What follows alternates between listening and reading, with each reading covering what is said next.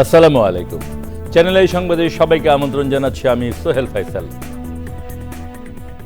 আর বিস্তারিত সংবাদের শুরুতেই জানিয়ে দিচ্ছি ফ্রেশ আটা ময়দা সুজি সংবাদ শিরোনামগুলো।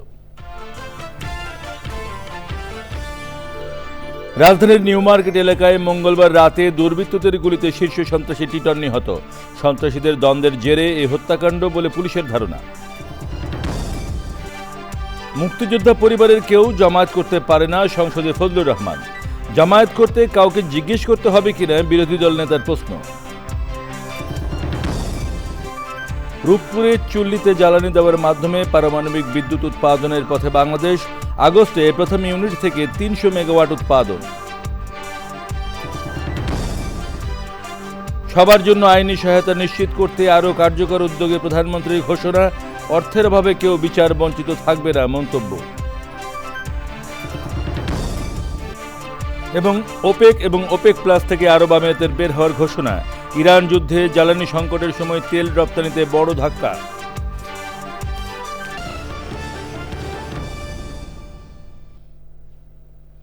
প্রিয় দর্শক, সংবাদ শিরোনামগুলো জানাচ্ছিলাম। এখনকার এই সংবাদ আয়োজন একই সঙ্গে চ্যানেলের ইউটিউব চ্যানেলে এবং চ্যানেলের ওটিটি প্ল্যাটফর্ম আইস্ক্রিনে লাইভ স্ট্রিম হচ্ছে।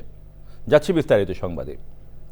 রাজধানীর নিউ মার্কেট এলাকায় গুলিতে নিহত ব্যক্তি শীর্ষ সন্ত্রাসী খন্দকার নাঈম আহমেদ টিটন বলে নিশ্চিত করেছে পুলিশ। নিহতের ফিঙ্গারপ্রিন্টের মাধ্যমে পরিচয় শনাক্ত করেছে পিবিআই। পুলিশ সূত্রে জানা গেছে টিটনের সঙ্গে আরেক শীর্ষ সন্ত্রাসী ইমনের দীর্ঘদিন ধরে দ্বন্দ্ব চলে আসছিল। হত্যাকাণ্ডে জড়িত ব্যক্তিদের গ্রেপ্তারের অভিযান শুরু হয়েছে। সাদু মাহমুদের রিপোর্ট। মঙ্গলবার রাত ৮টার দিকে নিউ মার্কেটের বটতলা এলাকায় শহীদ শাহনেওয়াজ হলের সামনে দুর্বৃত্তরা গুলি করে টিটনকে। প্রত্যক্ষদর্শীরা জানান, দুজন মোটরসাইকেলে গিয়ে টিটনকে একের পর এক গুলি করে। সে সময় আশপাশের লোকজন ধাওয়া দিলে তারা পালিয়ে যায়। হামলাকারী দুজনই ক্যাপ ও মাস্ক পরা ছিল। টিটনকে ৪ থেকে ৫ রাউন্ড গুলি করা হয় বলে উল্লেখ করেন প্রত্যক্ষদর্শীরা। গুলিবিদ্ধ টিটনকে হাসপাতালে নেওয়ার পর চিকিৎসক মৃত ঘোষণা করেন। মাথাসহ শরীরে একাধিক গুলির চিহ্ন রয়েছে বলে জানানো হয়েছে। আন্ডারওয়ার্ল্ডের কেউ না কেউ ঘটনাটি ঘটিয়েছে বলে ধারণা করছে পুলিশ।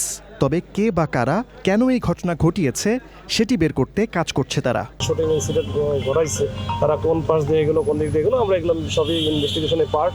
আমরা এটা দেখে আমরা দ্রুততর সময়ে যারা ক্রিমিনাল আছে তাদেরকে আমরা আইডেন্টিফাই করে আইনের আওতায় নিয়ে আসার আমরা চেষ্টা করছি। এটা আধিপত্য বিস্তারের তো ঘটনা অবশ্যই থাকে, এর সাথে আরো অনেক বিষয় থাকে। এগুলো আসলে ইনভেস্টিগেশন করার পরে আমরা আসলে বুঝতে পারবো। এখন আমরা চেষ্টা করতেছি যে এটাকে কনফার্ম করা এবং দ্বিতীয়ত কারা এই ঘটনা ঘটাইলো তাদেরকে আইনের আওতায় নিয়ে আসা। টিটনের পুরো নাম খন্দকার নাঈম আহমেদ। তিনি দীর্ঘ ২ দশকেরও বেশি সময় কারাগারে ছিলেন। ২০২৪ সালের গণ অভ্যুত্থানের পর অন্য সন্ত্রাসীদের মতো তিনিও কারামুক্ত হন। তবে কারামুক্ত হওয়ার পর তিনি আর আদালতে হাজিরা দেননি। ফলে তার বিরুদ্ধে গ্রেপ্তারি পরোয়ানা জারি করা হয়েছিল। টিটনের বিরুদ্ধে হত্যা, চাঁদাবাজি সহ বিভিন্ন অপরাধমূলক কর্মকাণ্ডে জড়িত থাকার একাধিক মামলা রয়েছে। সাদি মাহমুদ, চ্যানেল আই, ঢাকা। মুক্তিযোদ্ধা পরিবারের কেউ জামায়াত ইসলামী করতে পারে না বলে সংসদে বলেছেন কিশোরগঞ্জ থেকে নির্বাচিত সংসদ সদস্য বীর মুক্তিযোদ্ধা ফজলুর রহমান। রাষ্ট্রপতির ভাষণের উপর ধন্যবাদ প্রস্তাবে এ বক্তব্য দেন তিনি। বিরোধী দলীয় নেতা ডাক্তার শফিকুর রহমান বলেন, জামায়াত করতে কাউকে জিজ্ঞাসা করা লাগবে কিনা সংসদে প্রশ্ন করেন তিনি। ফজলুর রহমান সহ সরকারি দলের কয়েকজন সংসদ সদস্যের বক্তব্যে সংসদে সৃষ্টি হয় উত্তেজনা, ছড়িয়ে পড়ে উত্তাপ। চকর মালিথার রিপোর্ট। বিধিতে একটি নোটিশ দিয়েছেন। প্রশ্ন উত্তর টেবিলে উত্থাপিত বিশেষ অধিকার নোটিশের নিষ্পত্তি আইন প্রণয়ন কার্যাবলীর পর স্পিকার কিশোরগঞ্জ ৪ থেকে নির্বাচিত সংসদ সদস্য ফজলুর রহমানকে রাষ্ট্রপতির ভাষণের উপর আলোচনার জন্য ১৫ মিনিট সময় দেন। এদেশের জঙ্গলে শুধু কোকিল ডাকে না, এদেশের জঙ্গলে রয়্যাল বেঙ্গল টাইগারও থাকে। যতদিন রয়্যাল বেঙ্গল টাইগার থাকবে, মুক্তিযোদ্ধা জিতবে, রাজাকার কোনোদিন এদেশে জয়লাভ করতে পারবে না। মুক্তিযুদ্ধ, মুক্তিযোদ্ধা এবং রাজাকারদের নিয়ে কথা বলার সময় বিরোধী দলের পক্ষ থেকে বিরোধিতা শুরু হয়। সে সময় সংসদে তীব্র হট্টগোল এবং উত্তেজনা ছড়িয়ে পড়ে। সংসদ সদস্যদের শান্ত করতে এক পর্যায়ে স্পিকার তার চেয়ার থেকে উঠে দাঁড়িয়ে পড়েন। সংসদে স্পিকার যখন দাঁড়ায় তখন এটি অবশ্য কর্তব্য সবাই এখানে বসে পড়বেন।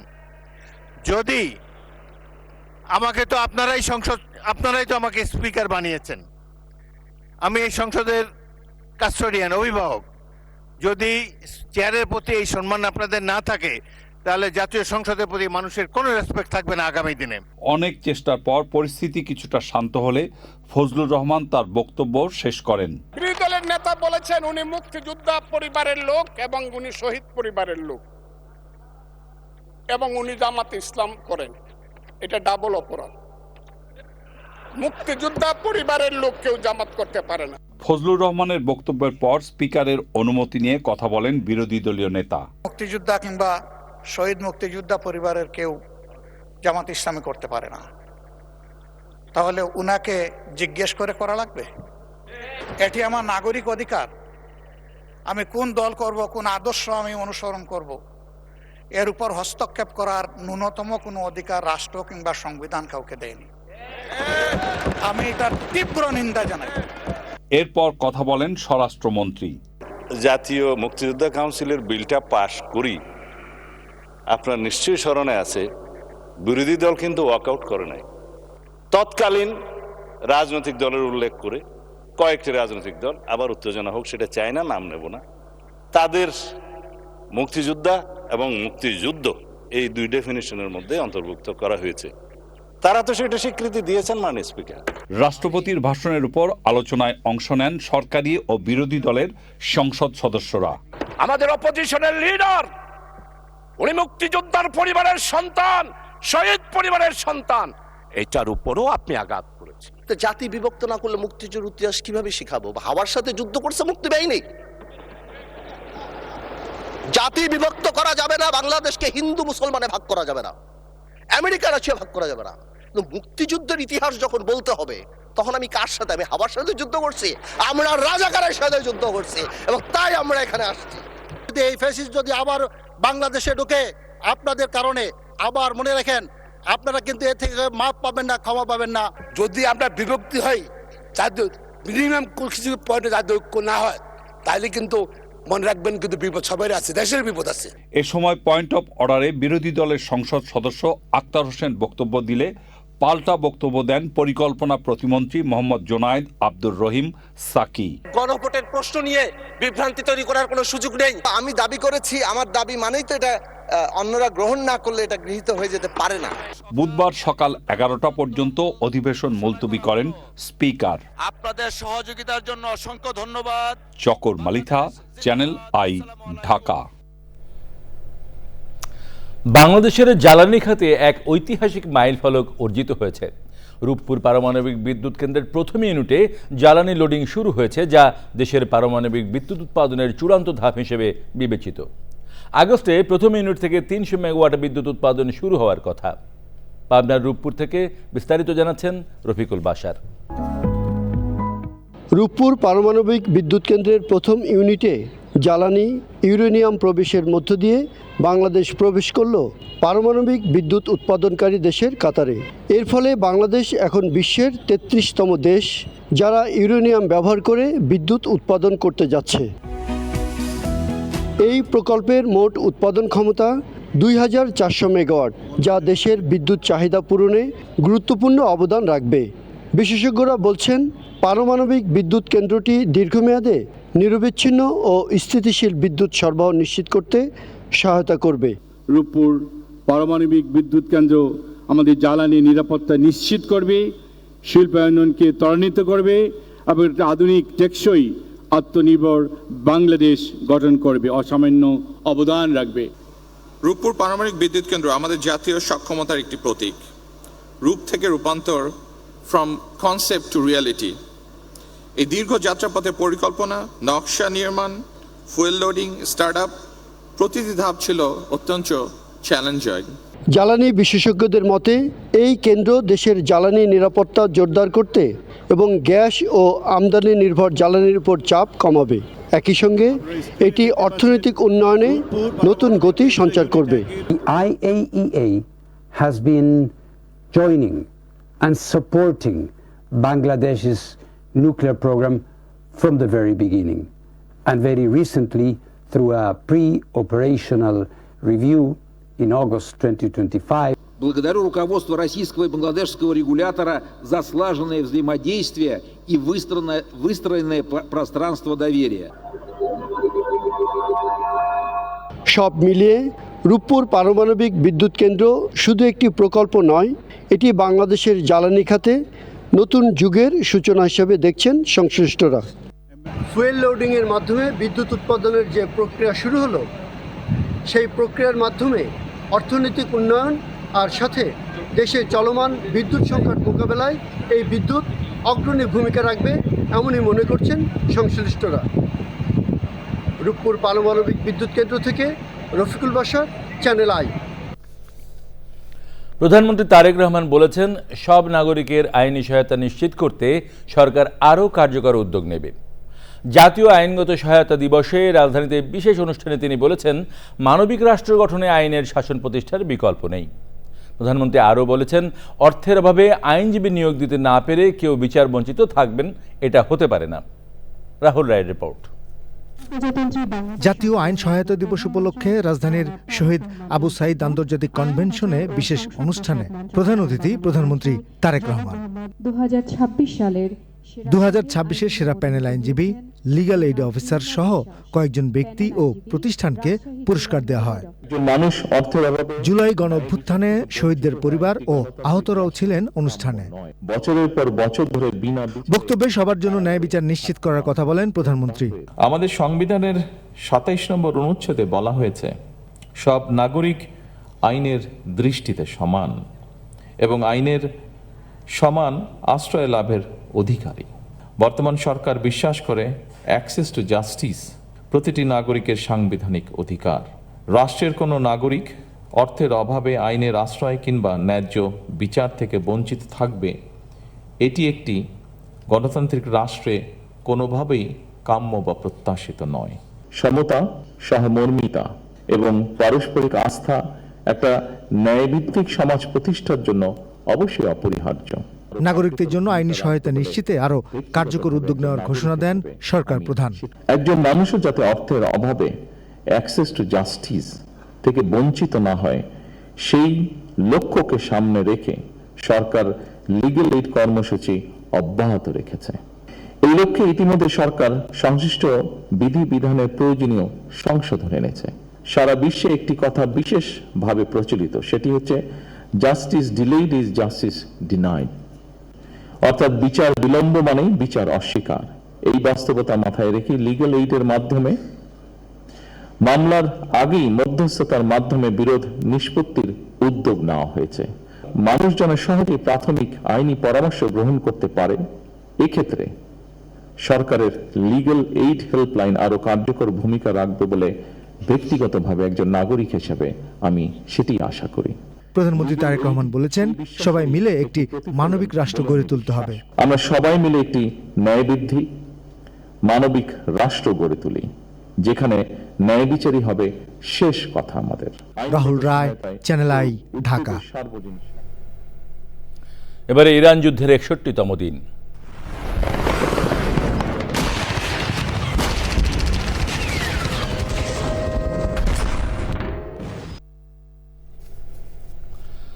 ইরানের ছায়া ব্যাংকিং ব্যবস্থার সঙ্গে সম্পৃক্ত 35 ব্যক্তি ও প্রতিষ্ঠানের বিরুদ্ধে নিষেধাজ্ঞা আরোপ করেছে যুক্তরাষ্ট্রের অর্থ বিভাগ। যুদ্ধবন্ধের আলোচনায় দেখা দেওয়া অচলাবস্থার মধ্যে নতুন করে এই নিষেধাজ্ঞার ঘোষণা দেওয়া হয়েছে। বৈশ্বিক জ্বালানি সরবরাহের গুরুত্বপূর্ণ সমুদ্রপথ হরমুজ প্রণালী খুলে দিতে যুক্তরাষ্ট্রকে অনুরোধ করেছে ইরান, এমন দাবি করেছেন মার্কিন প্রেসিডেন্ট ডোনাল্ড ট্রাম্প। ট্রুথ সোশ্যালে দেওয়া পোস্টে ট্রাম্প আরও লিখেছেন, ইরান বর্তমানে ভেঙে পড়ার মতো অবস্থায় রয়েছে। দেশটিতে নেতৃত্বের সংকট সমাধানের চেষ্টা চলাকালীন ইরান চায় যুক্তরাষ্ট্র যেন দ্রুত হরমুজ প্রণালী খুলে দেয়। বিশ্বজুড়ে জ্বালানি নিয়ে অস্থির পরিস্থিতিতে হরমুজ প্রণালীর অবরোধ তুলে নিতে ইরানের প্রতি আহ্বান জানিয়েছে জার্মানির পররাষ্ট্রমন্ত্রী ইয়োহান ভাডিপুল। এদিকে শত্রু যদি নতুন কোনো পদক্ষেপ নেওয়ার দুঃসাহস দেখায়, তবে সম্পূর্ণ নতুন ধরনের সরঞ্জাম ও আধুনিক যুদ্ধ কৌশলের মুখোমুখি হতে হবে বলে হুঁশিয়ারি দিয়েছে ইরানের সেনাবাহিনী। জ্বালানি তেল রপ্তানিকারক জোট ওপেক এবং ওপেক প্লাস থেকে বের হয়ে যাওয়ার ঘোষণা দিয়েছে সংযুক্ত আরব আমিরাত। 1 মে থেকে জোট থেকে বের হয়ে যাওয়ার ঘোষণার কথা জানিয়েছে দেশটি। ইরান যুদ্ধে বৈশ্বিক জ্বালানি সংকটের মধ্যে দেশটির এই পদক্ষেপ তেল রপ্তানিতে বড় ধাক্কা বলে মনে করা হচ্ছে। পর্যবেক্ষকরা বলছেন, দীর্ঘদিনের ওপেক সদস্য সংযুক্ত আরব আমিরাতের এই প্রস্থান সংগঠনটিকে অস্থির এবং দুর্বল করে দিতে পারে। বিস্তারিত সুব্রত গাইনের রিপোর্টে। ইরান যুদ্ধের ফলে বিশ্বজুড়ে দেখা দিয়েছে জ্বালানি তেলের সংকট। এমন পরিস্থিতির মধ্যেই সংযুক্ত আরব আমিরাতের ওপেক ও ওপেক প্লাস থেকে বের হওয়ার ঘোষণা জ্বালানি রপ্তানিতে বড় ধাক্কা বলছেন পর্যবেক্ষকরা। ওপেকভুক্ত উপসাগরীয় দেশগুলো আগেই হরমুজ প্রণালী দিয়ে জ্বালানি রপ্তানিতে সমস্যায় পড়ছিল। এই সরু নৌপথ দিয়ে সাধারণত বিশ্বের মোট অপরিশোধিত তেল ও তরলীকৃত প্রাকৃতিক গ্যাসের প্রায় 1/5 পরিবহন হয়, কিন্তু ইরানের হুমকি ও জাহাজে হামলার কারণে রপ্তানি ব্যাহত হচ্ছে। এ পরিস্থিতিতে ওপেক থেকে আরব আমিরাতের বের হয়ে যাওয়া মার্কিন প্রেসিডেন্ট ডোনাল্ড ট্রাম্পের জন্য বড় সাফল্য হিসেবে দেখা হচ্ছে। তিনি বহুদিন ধরে অভিযোগ করে আসছেন ওপেক বিশ্বকে ঠকাচ্ছে এবং কৃত্রিমভাবে তেলের দাম বাড়াচ্ছে। আরব আমিরাতের এই পদক্ষেপের পেছনে রয়েছে নিরাপত্তা নিয়ে অসন্তোষ। দেশটির প্রেসিডেন্টের কূটনৈতিক উপদেষ্টা আনোয়ার গার্গাস জানিয়েছেন, ইরানের হামলার সময় আরব ও উপসাগরীয় দেশগুলোর প্রতিক্রিয়া ছিল দুর্বল। তিনি বলেন, যেভাবে এই দেশগুলো প্রতিক্রিয়া দেখিয়েছে তা প্রত্যাশার তুলনায় অনেক কম। বিশ্লেষকদের মতে আরব আমিরাতের এই সিদ্ধান্ত শুধু ওপেক জোটকেই দুর্বল করবে না, বরং বৈশ্বিক জ্বালানি বাজারে নতুন অস্থিরতা তৈরি করতে পারে। সুব্রত গাইন, চ্যানেল আই। এবারে অন্যান্য সংবাদ। যুক্তরাষ্ট্রের ইউনিভার্সিটি অব সাউথ ফ্লোরিডার 2 বাংলাদেশি পিএইচডি শিক্ষার্থীকে নির্মমভাবে হত্যার অভিযোগে গ্রেপ্তার হিশাম সালে আবু ঘারবকে জামিন ছাড়ায় কারাগারে রাখার নির্দেশ দিয়েছেন ফ্লোরিডার আদালত। হিলসবরো কাউন্টি জজ লোগান মার্ফি এই আদেশ দেন। অভিযুক্ত হিশামের বিরুদ্ধে 2টি প্রথম ডিগ্রি হত্যার অভিযোগ আনা হয়েছে এবং তার বিরুদ্ধে মামলার সাক্ষী বা ভুক্তভোগী পরিবারের সঙ্গে যোগাযোগ নিষিদ্ধ করা হয়েছে। নিহত 2 শিক্ষার্থী জামিল আহমেদ লিমন ও নাহিদা সুলতানা বৃষ্টি, তারা দুজনেই ফ্লোরিডায় উচ্চশিক্ষা গ্রহণ করছিলেন।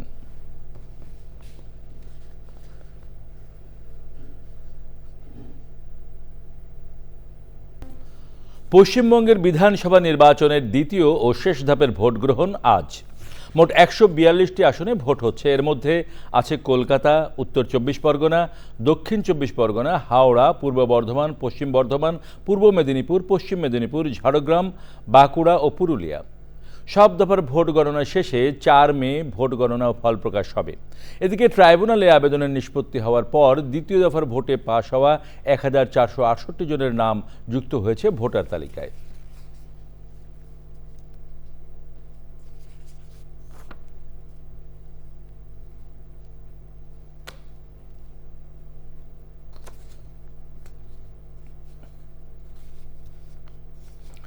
সামরিক সক্ষমতা ও প্রতিরক্ষা ব্যবস্থাকে আরও শক্তিশালী করতে পাকিস্তান দেশি প্রযুক্তিতে তৈরি ফতেহ 2 ক্ষেপণাস্ত্র ব্যবস্থার একটি সফল পরীক্ষা সম্পন্ন করেছে।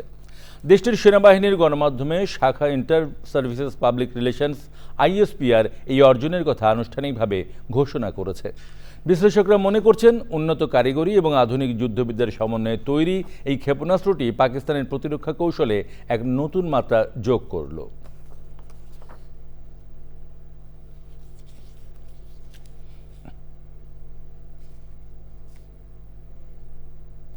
এবারে কৃষি সংবাদ।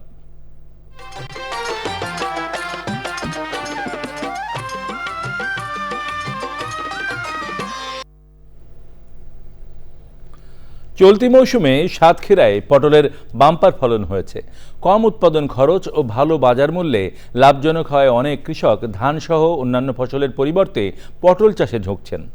এতে কৃষিতে দেখা দিয়েছে নতুন সম্ভাবনা। সাতক্ষীরা থেকে আবুল কালাম আজাদের পাঠানো তথ্য ও ভিডিওচিত্রে রিপোর্ট করছেন জহির মুন্না। সাতক্ষীরার ইছামতি নদীর তীরবর্তী দোআঁশ ও বেলেদোআঁশ মাটিতে প্রতি বছরই বাড়ছে পটলের আবাদ। প্রায় 9 মাস মেয়াদি এই ফসলের দাম সাধারণত মৌসুমের শুরুতে বেশি থাকলেও দ্রুত কমে যায়। তবে চলতি বছর এখনও ক্ষেত থেকেই প্রতি কেজি পটল বিক্রি হচ্ছে 50 টাকার উপরে, আর এতেই ভালো লাভের আশা করছেন কৃষক। 10 কাঠা জমি পটল লাগাইছি, প্রায় 20,000 টাকার মতো খরচ, আর 60 থেকে 70,000 টাকা বেচাকেনা করবো। 30,000-এর মতন টাকা খরচা হয়েছে 11 কাঠা জমিতে। এবারে পটল লাগাই, পটল তুলি মনে করেন 60-70,000 টাকা হয়েছে। ব্যবসায়ীরাও বলছেন অন্যান্য বছরের তুলনায় এবছর পটলের বাজার বেশ ভালো। আজকের বাজার আছে 55 টাকা। এবছর যেভাবে পটলের দাম পাওয়া গেছে তাতে আমাদের চাষি লাভবান হয়ে যায়। তবে কৃষক লাভবান হলেও মজুরি নিয়ে অসন্তোষ রয়েছে শ্রমিকদের মধ্যে। 8টা থেকে 1টা পর্যন্ত কাজ করি, 250 করে টাকা দেয়, এতে আমার কিছু সুবিধা হয়, চালাতেও পারি। পটল চাষের বাড়তি সুবিধা হলো একই জমিতে পেঁয়াজ, রসুন সহ স্বল্পমেয়াদী অন্যান্য সবজিও চাষ করা যায়। এ কারণেই জেলায় দিন দিন বাড়ছে পটল চাষ। পটল যেহেতু সংরক্ষণ গুণ একটু বেশি, এটা যদি পরিকল্পিতভাবে উৎপাদন করার পরে বিদেশে রপ্তানি করা যায়, তাহলে একদিকে যেমন কৃষকের আর্থসামাজিক অবস্থার উন্নয়ন ঘটবে, অপরদিকে আমরা বৈদেশিক মুদ্রা অর্জন করতে পারব। চলতি বছর জেলায় প্রায় 550 হেক্টর জমিতে পটল চাষ হয়েছে। উৎপাদন লক্ষ্যমাত্রা ধরা হয়েছে 13,200 মেট্রিক টন। জহির মুন্না, চ্যানেল আই। এবার প্রকৃতি সংবাদ।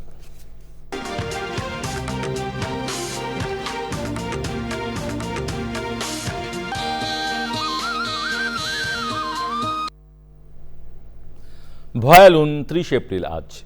1991 সালের এই দিনে দেশের উপকূলে আঘাত হানে মহাপ্রলয়ঙ্করী ঘূর্ণিঝড় ও জলোচ্ছ্বাস। প্রাণ হারায় লাখো মানুষ, ব্যাপক ক্ষতি হয় প্রকৃতি ও জীববৈচিত্র্যের। প্রলয়ঙ্করী ঘূর্ণিঝড় আঘাত হানার 35 বছর পার হলেও এখনও অরক্ষিত উপকূলীয় বেড়িবাঁধ। বাড়ছে সমুদ্রপৃষ্ঠের উচ্চতাও। উপকূলের জনজীবন রক্ষায় জলবায়ু সহিষ্ণু টেকসই বেড়িবাঁধ নির্মাণের পরিকল্পনায় থমকে আছে কর্তৃপক্ষের কর্মতৎপরতা। নুরুল আলমের ভিডিওচিত্রে সরওয়ার আজম মানিকের রিপোর্ট। 29 এপ্রিল 1991 সাল। সকাল থেকেই থমথমে ছিল উপকূলের আকাশ। মধ্যরাতে মানুষ যখন গভীর ঘুমে, ঠিক তখনই প্রচণ্ড বেগে আঘাত হানে স্মরণকালের ভয়াবহ ঘূর্ণিঝড়।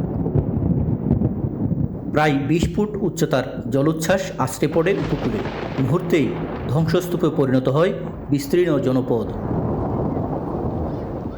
সরকারি তথ্য বলছে সে রাতে প্রাণ হারায় প্রায় 2 লাখ মানুষ। প্রকৃতির ধ্বংসাত্মক তাণ্ডবে প্রায় 15,000 কোটি টাকার ক্ষতি হয়।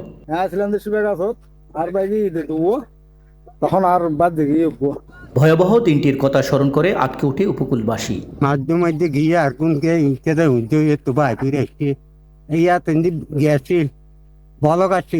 ভয়াবহ দুর্যোগের 35 বছর পরও অরক্ষিত উপকূলের অধিকাংশ বেড়িবাঁধ। কিছু জিওব্যাগ দিয়ে আমাদের বেড়িবাঁধটা রক্ষা করার চেষ্টা করা হয়, কিন্তু সেটা আমাদের এই উপকূল রক্ষার জন্য পর্যাপ্ত নয়। মানুষের যে অরক্ষিত অবস্থায় রয়েছে দ্বীপগুলো, এখনো আরেকটি ঘূর্ণিঝড় আসলে মানুষ তাদের ভয়ে ভীত সন্ত্রস্ত হয়ে যায়। এখানে ব্যাপক বনায়নের প্রয়োজন আছে, উপকূলের বেড়িবাঁধের প্রয়োজন আছে। উপকূলের অরক্ষিত বেড়িবাঁধ সংস্কারে ব্যবস্থা নেওয়ার আশ্বাস দিয়েছে জেলা প্রশাসন। উপকূলীয় এলাকায় ভাঙনের প্রবণতা সেগুলো পানি উন্নয়ন বোর্ড সহ মাধ্যমে এটাকে সংস্কার করা, যাতে বর্ষাকালীন সময়ে সেখানে পর্যাপ্ত প্রোটেকশনের আগে থেকে প্রস্তুতি আমরা গ্রহণ করতে পারি, সে ব্যাপারে সরকারি নির্দেশনা আছে। 596 কিলোমিটার অঞ্চলের বেড়িবাঁধ সুরক্ষা সহ উপকূলের মানুষের জানমাল রক্ষায় কার্যকর পদক্ষেপের দাবি সবার। বর্ষা মৌসুম আসলে এই আতঙ্ক বেড়ে যায়, তাই উপকূলের বাসিন্দারা একটি টেকসই বেড়িবাঁধ নির্মাণের দাবি জানিয়েছে। সে সাথে বর্তমান সরকারের কাছে তাদের দাবি উপকূলকে যেন রক্ষা করা হয়।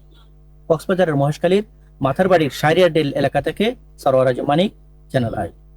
এখনকার সংবাদ সব শেষে ফ্রেশ আটা ময়দা সুজি সংবাদ শিরোনামগুলো জানিয়ে দিচ্ছি আরও একবার। রাজধানীর নিউ মার্কেট এলাকায় মঙ্গলবার রাতে দুর্বৃত্তদের গুলিতে শীর্ষ সন্ত্রাসী টিটন নিহত। সন্ত্রাসীদের দ্বন্দ্বের জেরে এ হত্যাকাণ্ড বলে পুলিশের ধারণা। মুক্তিযোদ্ধা পরিবারের কেউ জামায়াত করতে পারে না, সংসদে ফজলুর রহমান। জামায়াত করতে কাউকে জিজ্ঞেস করতে হবে কিনা বিরোধী দলের নেতার প্রশ্ন। রূপপুর চুল্লিতে জ্বালানি দেওয়ার মাধ্যমে পারমাণবিক বিদ্যুৎ উৎপাদনের পথে বাংলাদেশ। আগস্টের প্রথম ইউনিট থেকে 300 মেগাওয়াট উৎপাদন। সবার জন্য আইনি সহায়তা নিশ্চিত করতে আরও কার্যকর উদ্যোগে প্রধানমন্ত্রীর ঘোষণা। অর্থের অভাবে কেউ বিচার বঞ্চিত থাকবে না, মন্তব্য। এবং ওপেক প্লাস থেকে আরব আমিরাতের বের হওয়ার ঘোষণা, ইরান যুদ্ধে জ্বালানি সংকটের সময় তেল রপ্তানিতে বড় ধাক্কা।